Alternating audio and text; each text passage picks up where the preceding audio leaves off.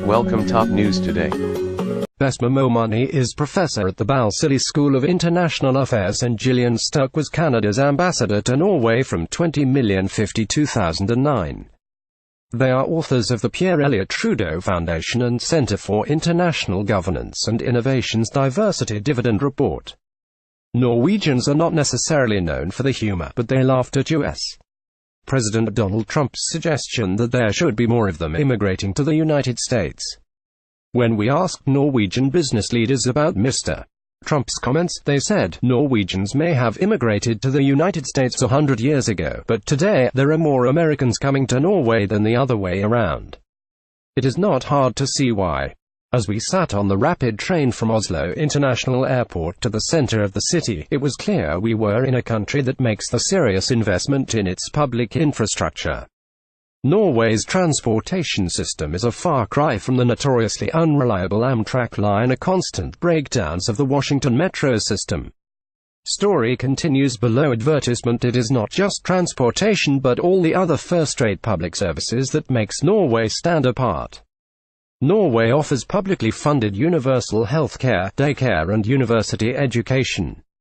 It's no wonder then, that the country boasts having one of the highest standards of living in the world, and is at the top of the UN's Human Development Index.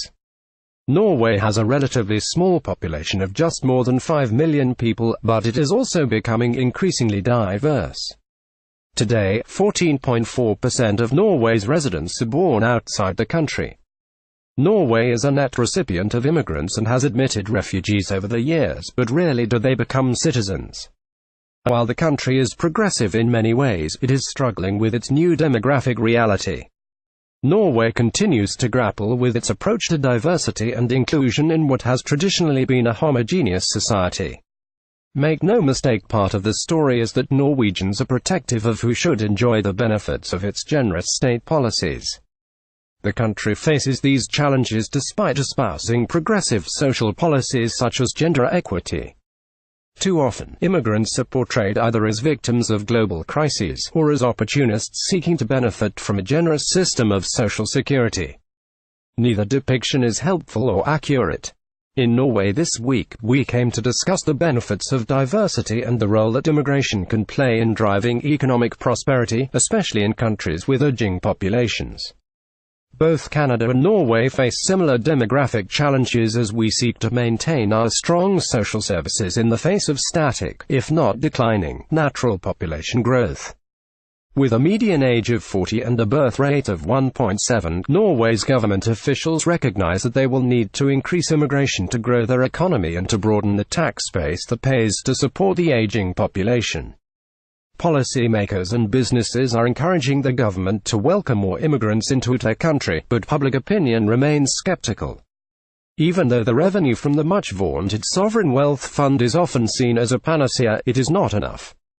In stark contrast to Canada, Norway does not have a process that allows for immigration, nor an easy or clear path toward citizenship.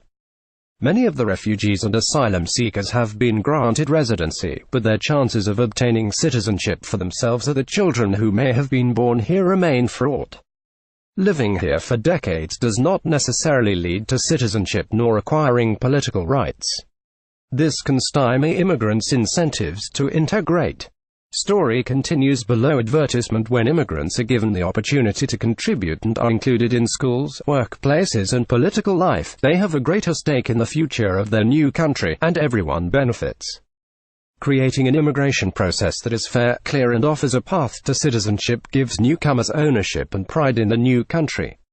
This is something Canada does right.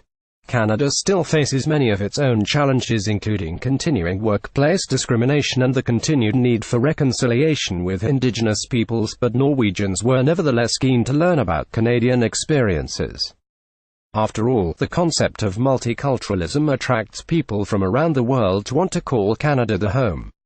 Norwegians may not be interested in outward migration to the United States or anywhere else. But we found a country grappling with how to prepare for the challenges of a declining population with little experience in pluralism. We heard a genuine desire to move from diversity to inclusion and to learn from Canada. As a leader on gender equality, perhaps Norway could apply some of the same tools and approaches it has used so successfully here to advance the goal of achieving racial harmony. Then, there may be lessons to share in both directions.